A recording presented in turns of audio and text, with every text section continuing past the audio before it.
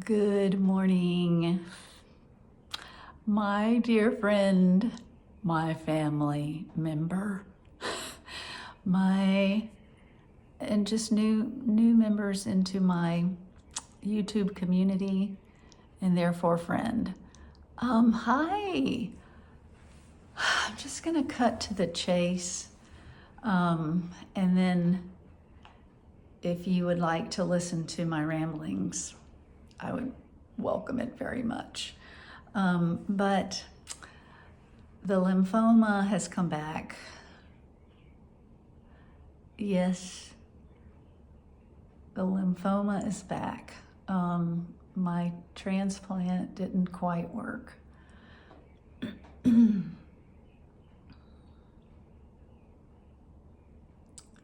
So, here comes the long version of the story, okay? Kind of how Craig and I and others have experienced this situation. I hope my voice does a little better than it's doing. So welcome to my room. I'm so glad you've come. I like to think of it as like you coming and sitting in that yellow chair, but I wouldn't have my back to you. I would be turned and we would be talking. Yes, so that's kind of how I view this time, is a time for what feels like a conversation. And so that's why I don't do any editing. And I just kind of make it slow. So I hope you enjoy yourself while you listen. And most of all, I hope that somehow this resonates with your own story and your own relationship with God. Even if that is a dicey one right now, if you are like, who is God? Or I've had a relationship with God and really wonder where he went. Anyway, hi.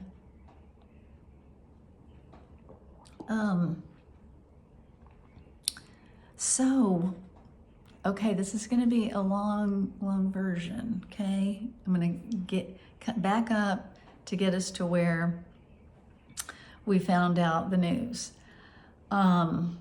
Because if you've listened to my last video, you kind of know some of where I came, but I want to fill in a few details. So I said that there would be more to the story if you read my Substack. I don't know if you got a chance to do that. So I'm just going to give you a very short version of what I wrote about. One thing that happened, so I did tell you that I had the flu.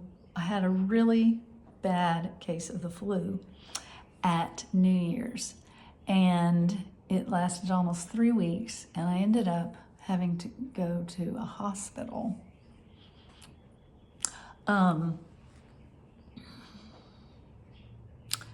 Anyway, but okay, let's see. Okay. Okay. I have had, if you're new to this whole thing, I have had 2 rounds of lymphoma starting in 2020, and I had a stem cell transplant a year ago that was hopefully going to cure the lymphoma. And in the meantime, I got a rare disease called scleroderma, which tightens all your skin. And skin is so much of your body is made of skin. I mean, from here to your tip of your toes, but also inside you. Organs are made of skin. And so it's this tightening effect. So see, my skin tightened up and it tightened up my tendons, so I can't straighten my fingers anymore. That's the kind of thing that scleroderma does. And it did all this within about 6 months. It was doing it to my whole body with systemic pain and systemic itching. And it took away almost everything in my life. Working, driving, having normal activity.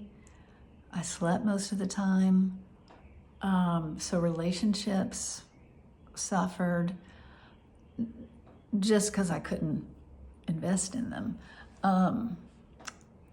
And I couldn't do things that I loved. I didn't have energy or motivation. So anyway, I experienced PTSD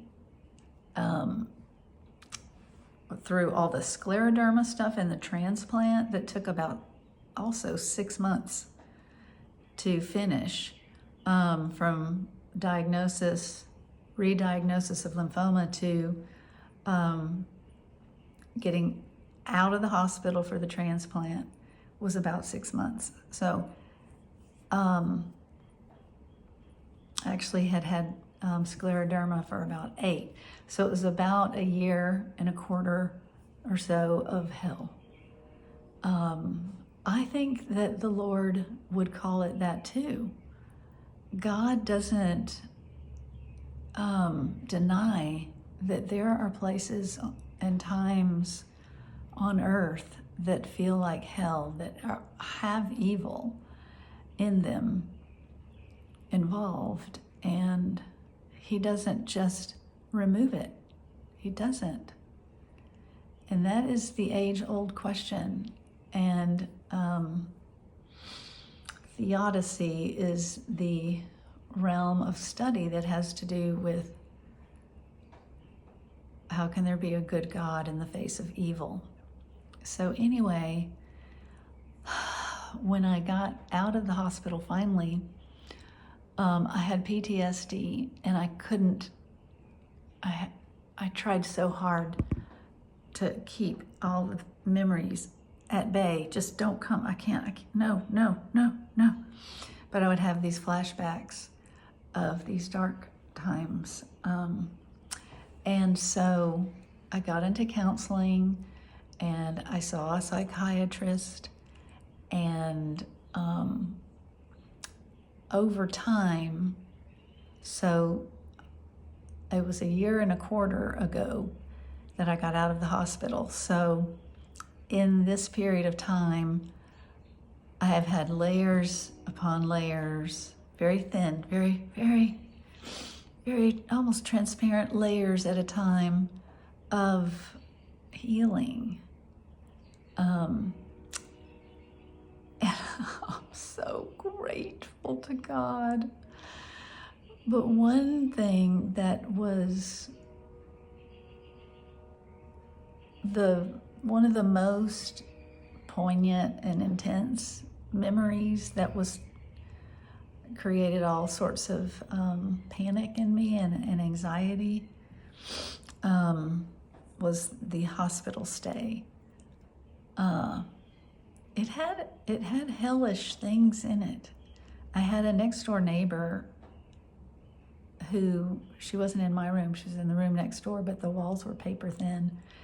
And she, 24 hours a day, well, there might have been, there would be maybe a 3-hour stint where it seemed like she must be sleeping. But she was on an experimental drug, and she wailed, she moaned, she yelled, help me. It was a piece of hell.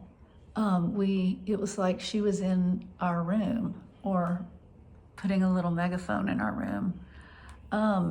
It's just crazy. And then the worst of all, and I don't know,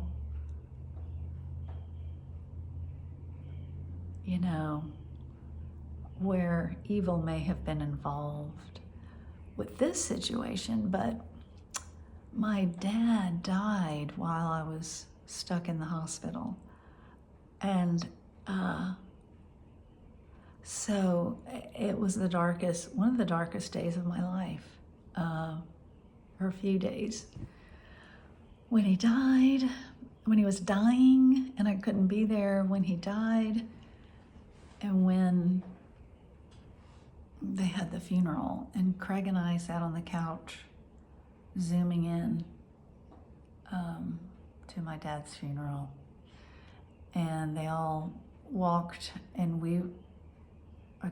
we walked on the phone down the street to the burial and stuff like that. It was so hard. It was so dark. So you hear me talking about it though, which is huge for me. That means I'm actually entering those places. Well, so at Christmas, I got the flu, and I was in bed, and I had these visions of this is going to be my coming out, that I am well. I'm still in recovery, but man, I'm good. And I was going to be fun, and I was going to make cookies with the kids, and I was just going to be so vivacious. And instead, I was in bed. I was in bed, coughing and snotting. I had piles and piles of Kleenexes in the bed and cough drops everywhere. And occasionally I could come out of the room and just kind of shuffle in there, and it was terrible. This is what my Substack was about. And while I would lie in bed and I'd have like kind of these fever dreams, they say, I don't think I was dreaming at all. I was conscious, but I closed my eyes, and what would happen is this anger and this visions of me fighting God with a whip. I had the whip, and it was kind of like, the scene was, if you are a Lord of the Rings fan, was Gandalf fighting off the Balrog.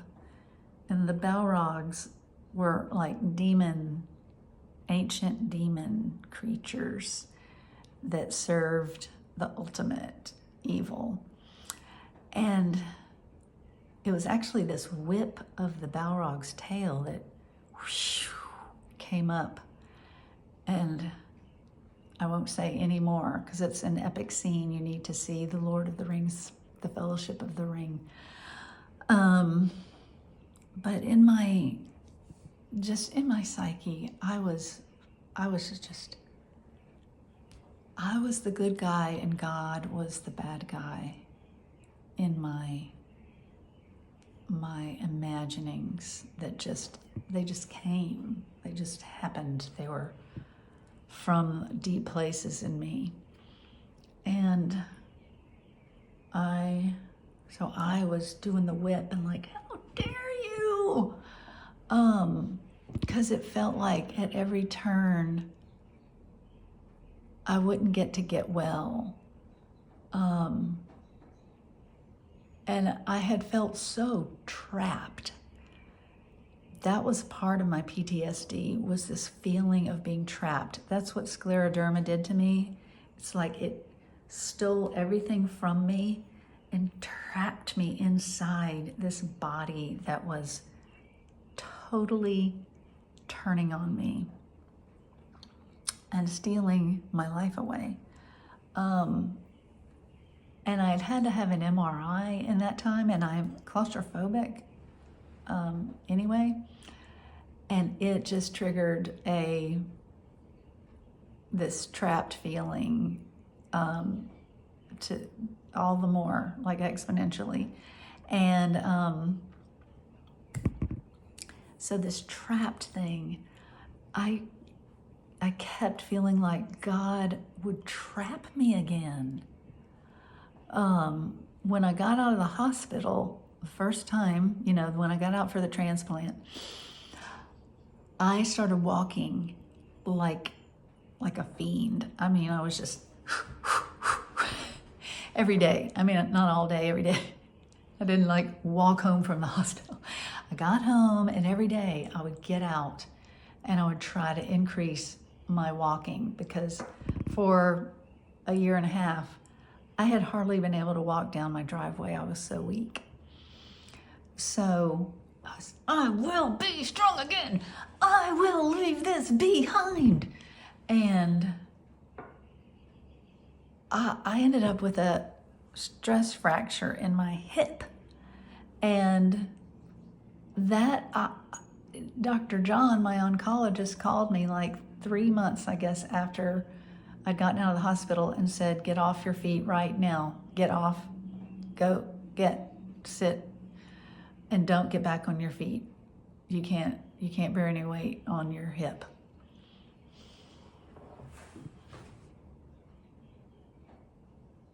I was so angry. I think it was 2 months I had to be on crutches, and I couldn't get strong. I couldn't walk and run. It was really running from my terror, trying to outrun it. And I did feel like during those 2 months, day after day after day after day after day of just sitting, and spring hit and I wasn't able to go walking. It was so gorgeous. I'd sit on my front stoop, and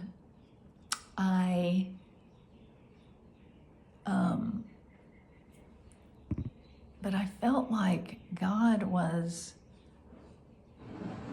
sitting me down on purpose. And at first, it just made me ticked off. It was so hard to trust that he was good to me. Try something here. Looks like it's gotten dark. Whoa! Did it get darker? It's a rainy morning.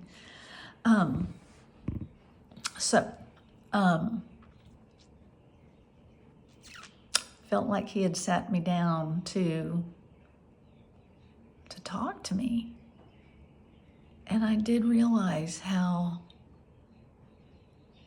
I wasn't trusting him at all. I knew I wasn't. Ever since scleroderma had hit, I didn't understand God anymore. It was the most horrible thing. And so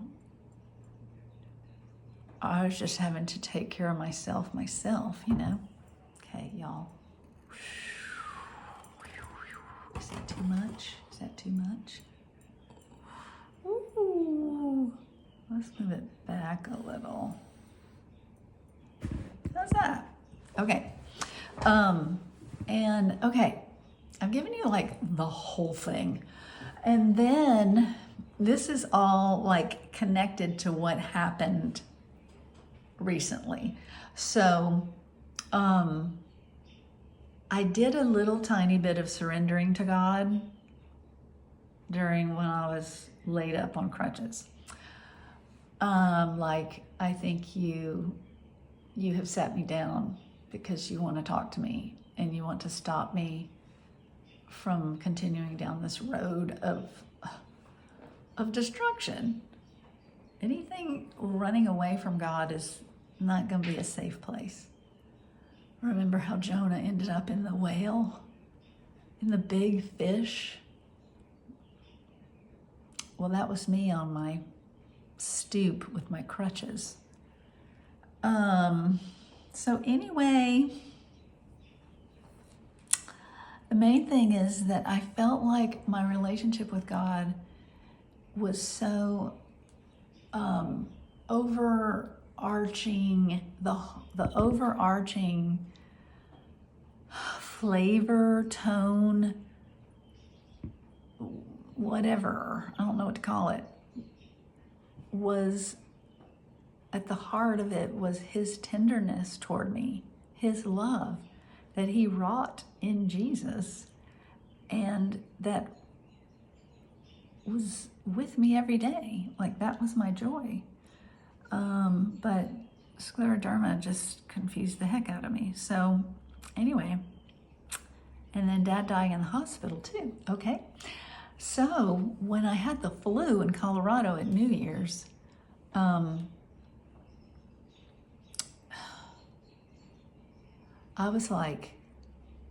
was coughing like crazy, and I just thought, oh no, what if I'm getting pneumonia? It was this, yeah. And I just thought it privately, but my family was thinking it too. And so they took me to an urgent care one night to make sure. I think we were all a little scared of how the COVID people had just like suddenly died, you know, when they had pneumonia.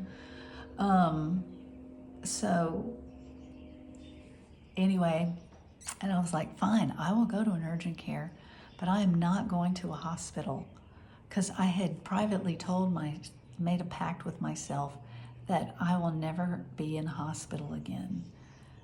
I just thought, I can't do it. It's too dark.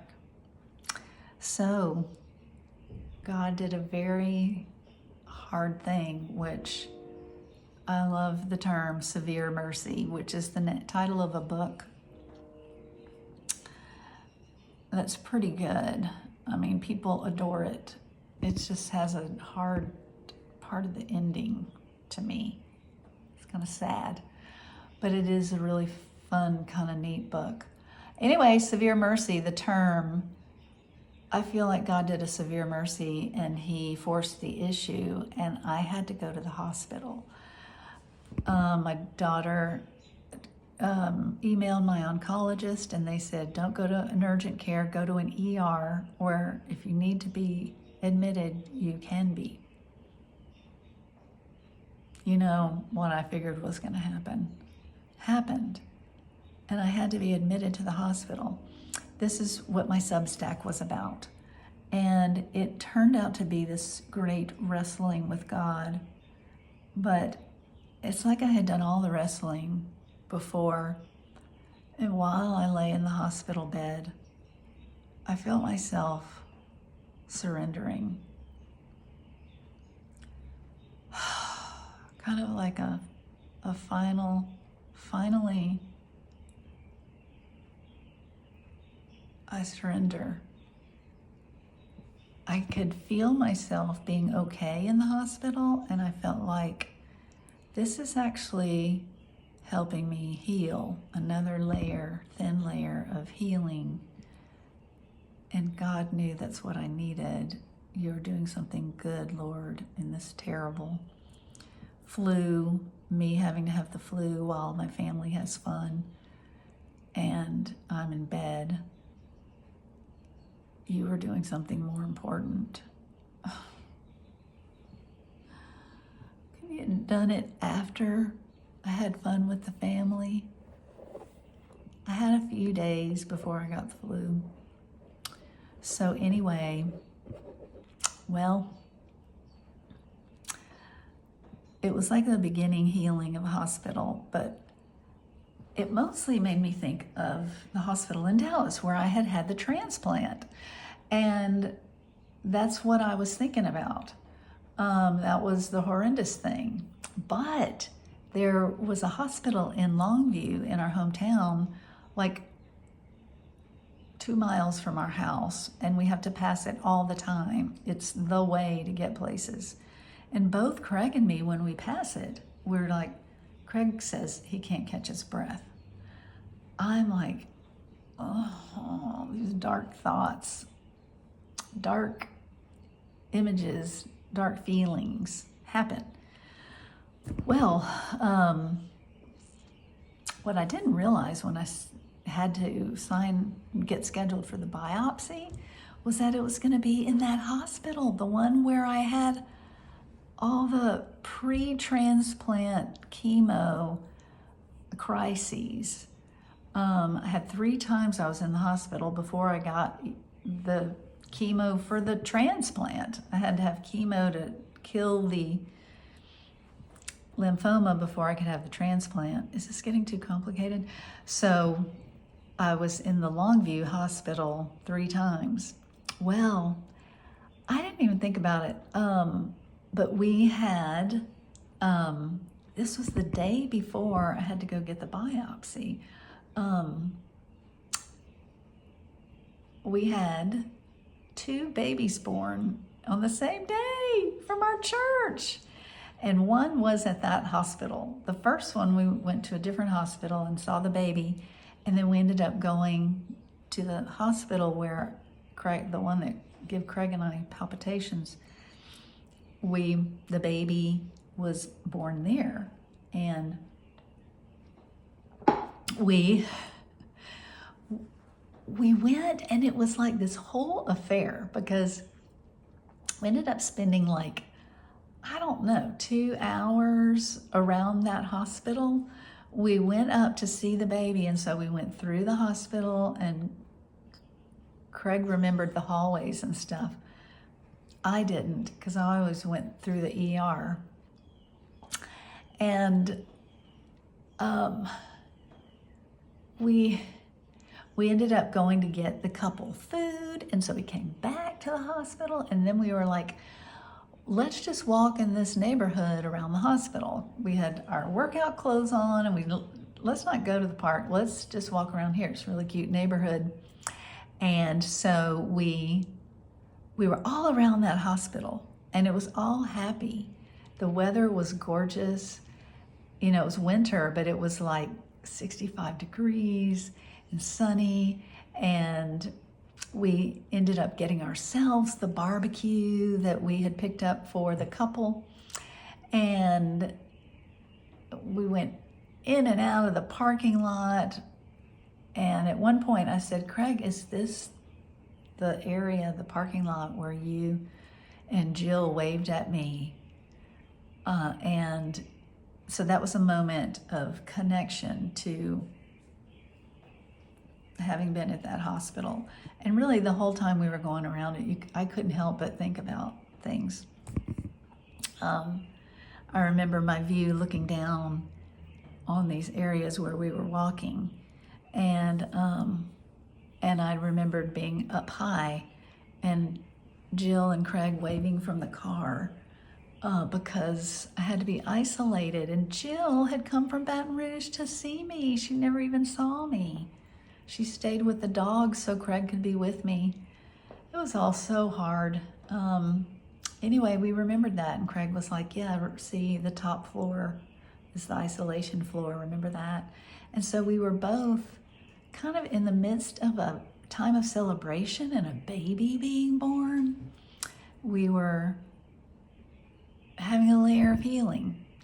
And so the next morning when I drove into that hospital, I realized, oh, this is all one thing. Like, Lord, you gave me a day of joy before I had to come face this hospital in a medical way.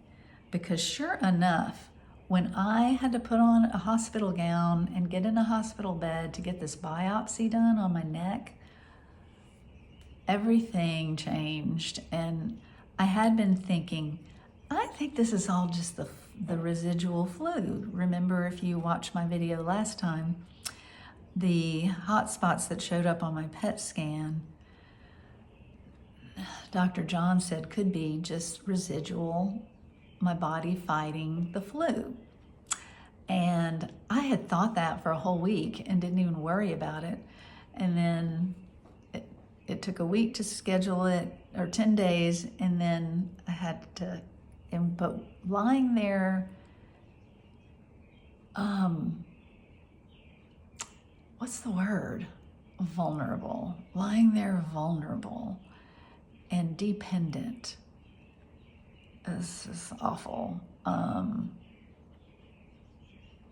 But I kept saying to myself, I'm here now. I'm not where I was at that other time. I'm here now, and God is with me now. And anyway, and just them hurting my neck, all of it was so reminiscent of past biopsy and all the pain that I've had. You know, they just poke you a whole lot. And so that really was sobering. And so then it took 2 whole weeks to get the dang results. And I was sobered during those 2 weeks. So one thing that I wanted to share is that, are y'all hanging with me? You hanging? You hanging? Do you need anything? Need anything from me?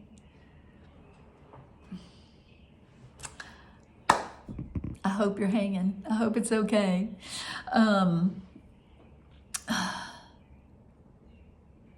One thing, so the day that Dr. John called me, I told this in my last video, I had the biopsy. The very next day, the doctor's office called me and wanted me to come in to talk about the PET scan. Oh, not the biopsy. Okay, I'm sorry. PET scan. There were 2 tests. One, the PET scan, which led to the biopsy. Well, when Dr. John called, his nurse called and said, you need to come this afternoon to see Dr. John, the very next day after the PET scan. And he said, you have hot spots in your neck. And that's when he said, maybe it could be the flu. But before he said that, I was at home and I told you all about the sweet birds in the tree and the little goldfinches and God. Okay, yes, and it being like just fun with God, you know, like he's adoring these goldfinches and he's adoring me and we're together enjoying. So that's how that was. And then the phone rang and it was them saying, you need to come see the doctor today instead of in a week. Well, my whole being swirled, but in that moment, I said goodbye, and it just like, oh my God, I'm about to turn a chapter. And then I looked up, and there were those little birds, and I just felt God's arms just covering me and saying, I'm with you. So that has more meaning now that I know it wasn't the flu. It was actually lymphoma that were the hot spots in my neck. So I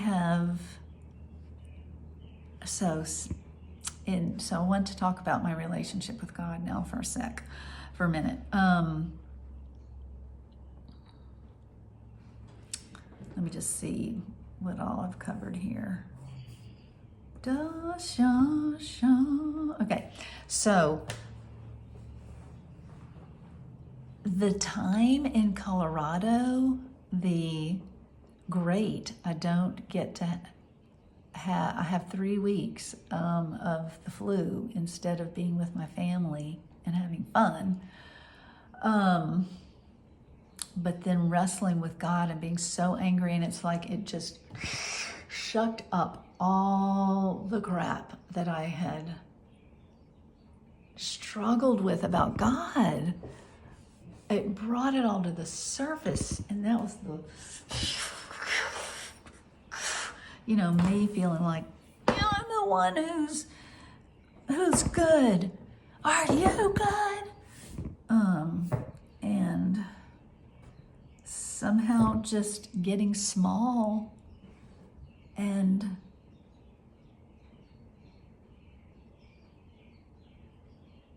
seeing him as good,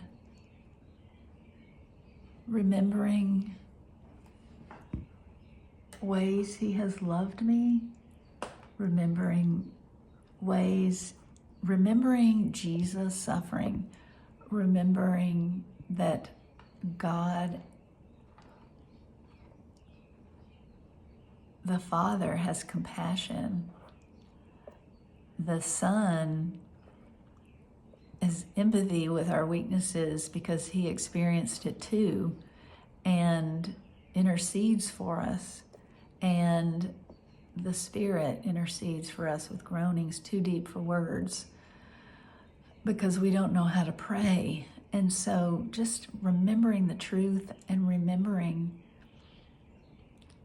like just this vivid time of God meeting me, in a tangible way in nature, like a miracle kind of thing.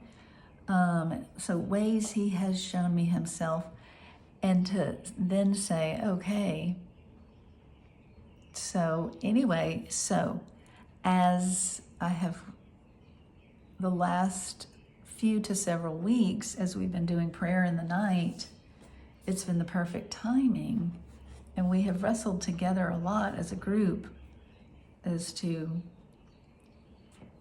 how can God be good and allow really, really terrible things, worse than having lymphoma and scleroderma.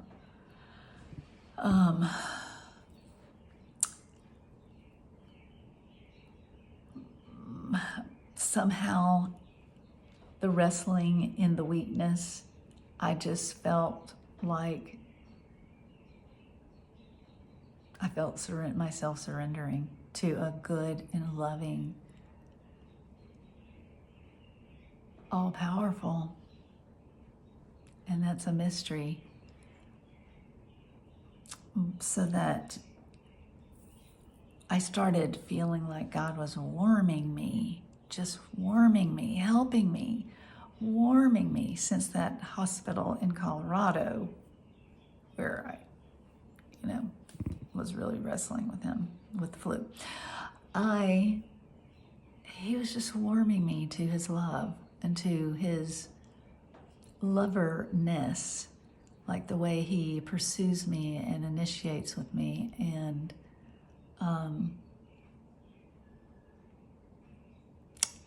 dotes on me. And that has really been a gift for when I discovered that I have this again. So when Craig and I found out,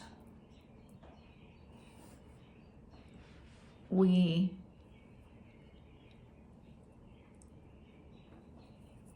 felt, it's a different feeling to have cancer the third time.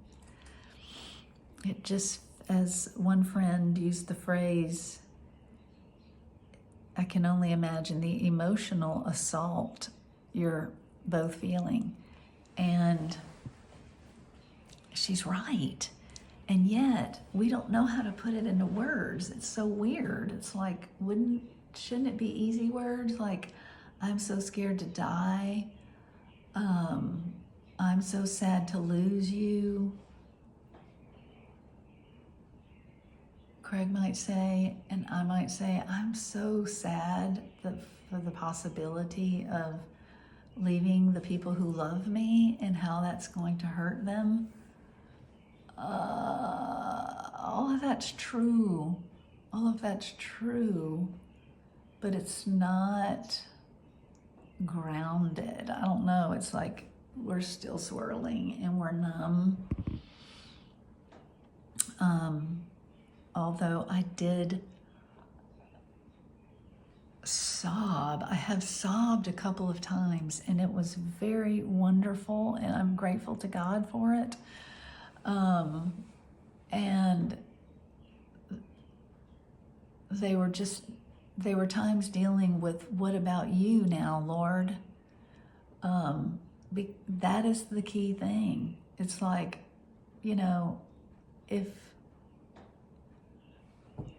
if what we thought were kindnesses back during the transplant and the transplant didn't work, were those even kindnesses from you? So can I even trust my heart to interpret? And so that is terrible. And so I sobbed alone about that. It was like the warming was cooling. And just maybe the very next day went to Bible study.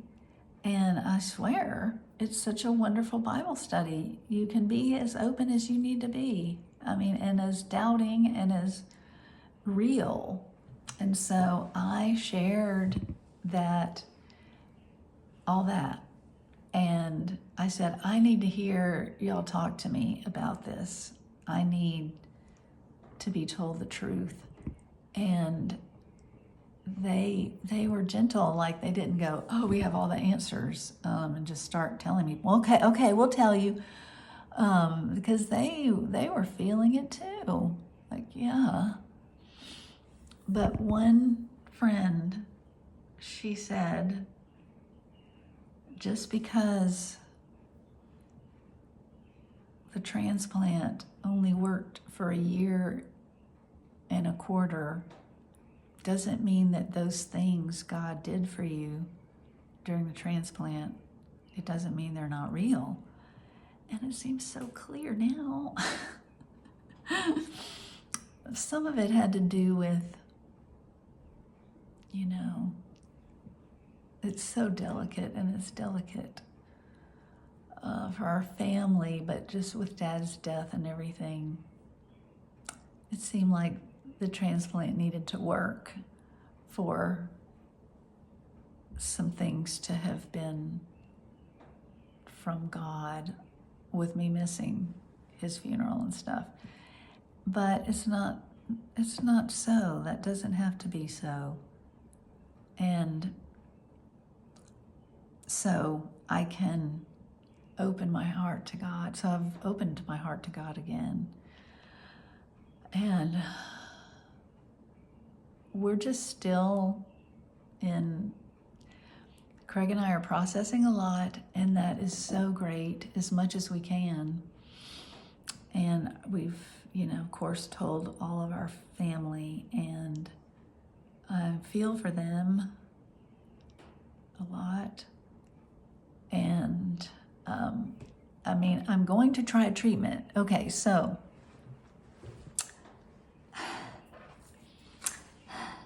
let's see. Okay, y'all, I'm going to cover 2 more things, okay? Okay, so 2 more things. 1, what treatment. 2, this 24-hour abundance that happened when we found out we had it. There was a 24-hour abundance from the people of God. They were incredible.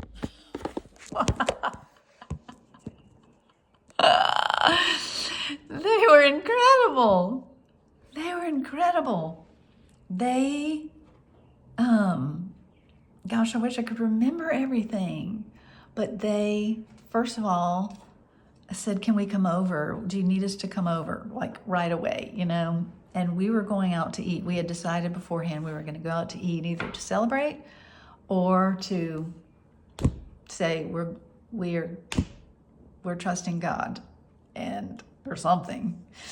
We just knew we'd need to go out to eat. And so this one couple came and met us there, and another woman came and met us where we were going out to eat. And another friend said, can I come to your house? And we're like, well, we're not there, but you could come here. And he said, y'all just have fun. So anyway, people here get involved. It's like, it's not my life to live. It really isn't my life to live. It's my life as a finger, as part of the body, and of which they're all members. And I can't act like, well, I'm just a finger. I have my life to live. No, we're all connected. And they know it, and they act connected. It's amazing. And I encourage you to think about your life that way.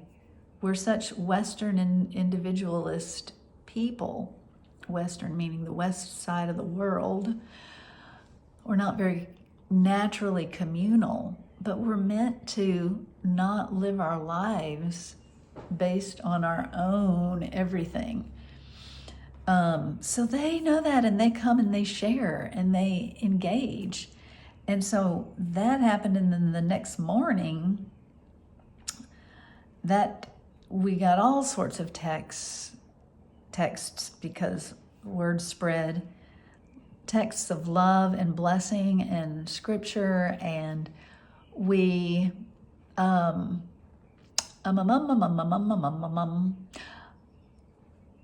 a friend texted and said, I dropped by a bouquet of flowers. She's a floral designer, and she does the most beautiful arrangements. And she said it's from all the women in the church. This beautiful, and then two other women said, can I bring you dinner tomorrow night? Because that night we had church service. So when we went to so 2 meals, and when we went to the church service, they had told us ahead of time so we would be prepared, but we got there and there was the liturgy printed up, and it was Vesper service and special intercession for Jamie Van Bibber. And it blew my mind. It blew our minds. And it was one of those, wish I could think of the word. It's not a milestone because it's not like a movement forward. It's just a God moment, it's not quite a chapter. It's longer than a moment. What is it, y'all? It was an experience that was sacred, and we'll never forget it. And it made its mark on us. But they did this whole liturgy praying for me. We got into small groups, and I could hear the hum of people praying for me around the sanctuary. They were all praying for me. And then they put me in the middle and laid hands on me and Craig. And, it's something, our bodies matter spiritually. And they put them all over me and prayed. Steve prayed so that it wouldn't just go on and on and on and get difficult on the people who are being prayed for. But he prayed at length for me. And so anyway,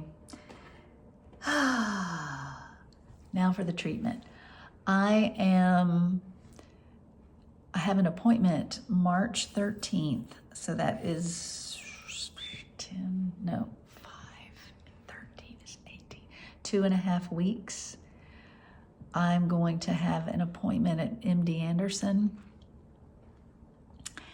And it's not like, we're finally going to get the best care.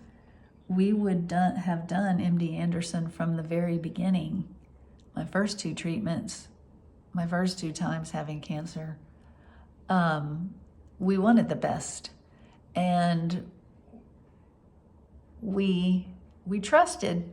It was a trust thing, but we trusted that Texas Oncology had the same type of expertise. The people that we had, that we heard from different people and blah, blah. And Dr. John, they referred us because we asked to get a second opinion the first time at MD Anderson. But I was so wiped out from the lymphoma, I couldn't even imagine making a 4-hour drive. And this would have been, just right up the road. And he said, we'll be doing the same protocol. We will be doing, I promise you, it's the same protocol that MD Anderson would do. So we did that the first time. And then the second time was, Texas Oncology has this transplant specialist, and it's going to be as good or even better than what you would get at MD Anderson. But this time, it's as good. This time, though, I need a new start. It's not a new start. I need a fresh place. I do not feel ready to go back to that hospital where the lady wailed and moaned and where Dad died. I'm not ready for that. And it wasn't a nice environment. And I am so impacted by my environment. And I hear that at MD Anderson, it's bright and open and like they've worked at. There are gardens and it just sounds so wonderful. So have an initial visit with a doctor who is my oncologist's close friend. It's March 13th. And when I go, they're going to let me know before I go, but you stay for a few days and they run tests and things and get all the information they need. So that is the plan. And one thing is we had a Disneyland plan with Hannah, Sarah, Ben, Sergey, Isaiah, Simon, and Mila, her kids and grandkids. And so if I'm feeling well enough, it's right after a couple of days. We would leave a couple of days after the initial visit. I can't see what a week difference would make. So, but we're going to ask them if I could go, if I feel up to it. It's hard to plan and all that, so y'all could pray for that. I love you all. I'm amazed that you care. I'm amazed that you follow.